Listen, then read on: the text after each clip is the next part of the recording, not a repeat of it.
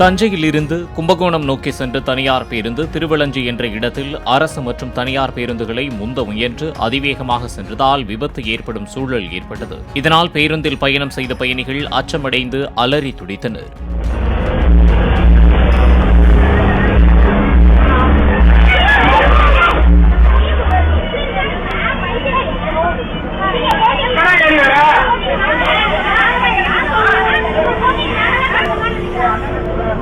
விபத்தை ஏற்படுத்த முயன்ற தனியார் பேருந்தை பறிமுதல் செய்ததோடு பேருந்தின் ஓட்டுநர் மற்றும் நடத்துனரை போலீசார் கைது செய்தனர்.